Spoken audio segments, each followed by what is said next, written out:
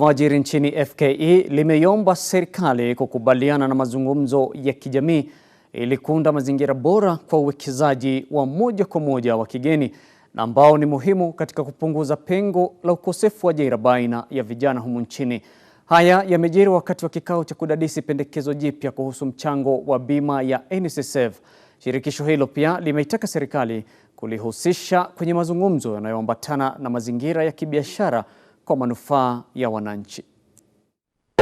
That the entire implementation structure of the Nssf Act 2012 is put in place before commencement. We also appeal to the government to embrace more dialogue in resolving Nssf issues. Let the parties engage in good faith and get an agreeable way forward that will move our beautiful country ahead on the establishment of the universal social protection system in Kenya. The President's agenda of jobs should be at the core of the government's policy. Any policy action that is detrimental to jobs, both in the short term and in the long term, no matter how well-intentioned it may be, should be avoided. We call upon the government to work with the employers to reduce the tax wage on labor.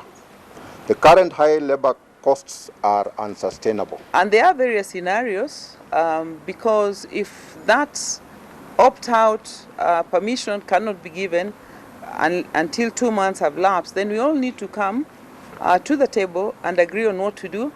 The best option in our view would be to allow employers to, yes, deduct up to the level of the new act, the 6% by the employee, 6% by the employer, up to the upper earning limit and the lower earning limit, which Nssf has shared, then allow employers to hold on to the Tier 2 deductions and only remit Tier 1 deductions to Nssf as RBA gets time to allow employers to opt out.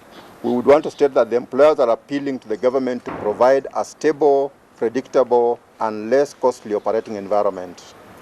The government needs to commit to long-term development plans and to give adequate time for businesses to adjust their budgets when policies are introduced in the labor sector. We also call upon the government to work towards removing the red tape and barriers to business operations. For those who have contracts which have a gratuity clause, the idea is that the employer reserves this amount, and most of it is, I think, 15% of your earnings. Let's say you have a 5-year contract. So for that 5 years, the employer will be putting aside 15% of your salary, or contributing the equivalent of 15% of your salary to be paid to you at the expiry of that contract. So for you, that is actually your pension for that period.